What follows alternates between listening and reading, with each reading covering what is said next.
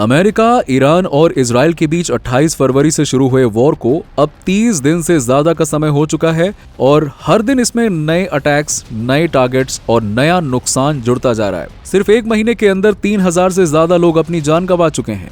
Israel में भी लोगों की मौत हुई है और लेबनान में 1000 से ज्यादा लोग इस वॉर की चपेट में आ चुके हैं। सिर्फ लोग ही नहीं, शहर के शहर तबाह हो रहे हैं। ईरान के अंदर ऑयल डिपोर्ट्स, मिलिट्री बेसेस और इंफ्रास्ट्रक्चर पर लगातार हमले हो रहे हैं। लेबनान में 5 लाख से ज्यादा लोग अपने घर छोड़ने पे मजबूर हो चुके हैं और इजराइल में तो रोज सायरन बजते रहते हैं, जिससे आम जिंदगी रुक सी गई है।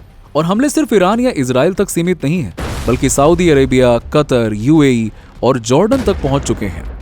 और इसका सबसे बड़ा असर पड़ा है ऑयल पर। स्ट्रेट ऑफ हॉर्मुज बंद होने से क्रूड ऑयल सीधा $100 के ऊपर चला गया है और डर तो यह है कि ये $200 तक भी जा सकता है। इसका मतलब सिंपल है, वॉर सिर्फ मिडिल ईस्ट में नहीं हो रही है, बल्कि इसकी वजह से महंगाई पूरी दुनिया में बढ़ रही है। यानी एक तरफ बॉम्ब गिर रहे हैं और दूसरी तरफ पूरी दुनिया इसकी कीमत चुका रही है। लेकिन इतना सब होने के बाद भी बहुत से लोगों के मन में ये सवाल होता है कि आखिरकार ये जंग हो क्यों रही है और इसके पीछे की वजह क्या है। और इस वीडियो में हम यही एक्सप्लेन करने वाले हैं। तो आइए शुरू करते हैं।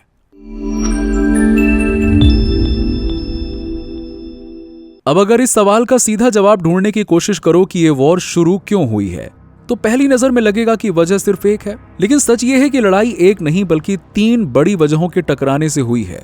और इसमें सबसे पहली और अहम वजह है ईरान का न्यूक्लियर प्रोग्राम। देखिए, दरअसल पिछले कुछ सालों में ईरान ने यूरेनियम एनरिचमेंट को काफी तेजी से बढ़ाया है।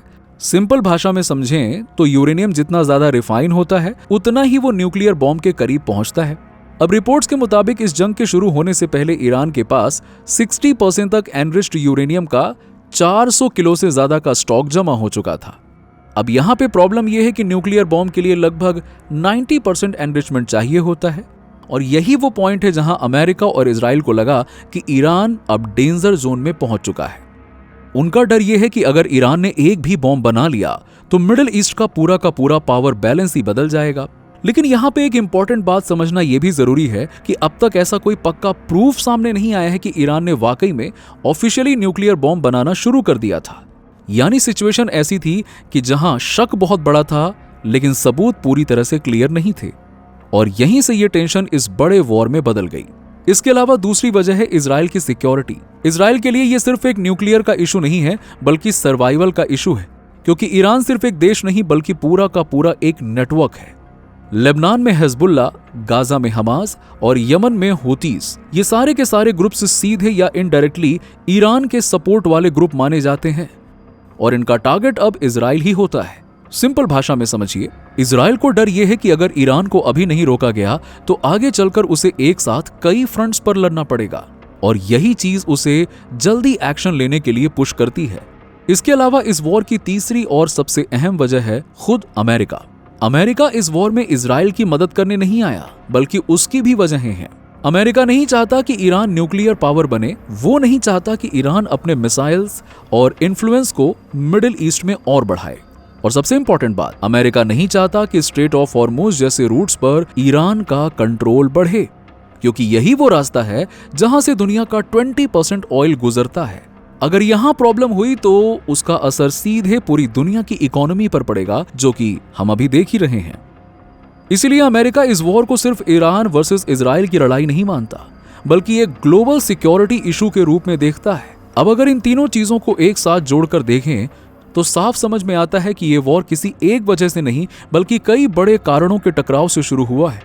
लेकिन सवाल यहां पे यह भी उठता है कि एक तरफ लगातार एयर स्ट्राइक्स हो रहे हैं, सैंक्शंस का दबाव बढ़ रहा है और ग्लोबल लेवल पर आइसोलेशन बढ़ रहा है, फिर भी ईरान झुक क्यों नहीं रहा है? इसका जवाब समझने के लिए हमें चीजों को ईरान के नजरिए से देखना पड़ेगा।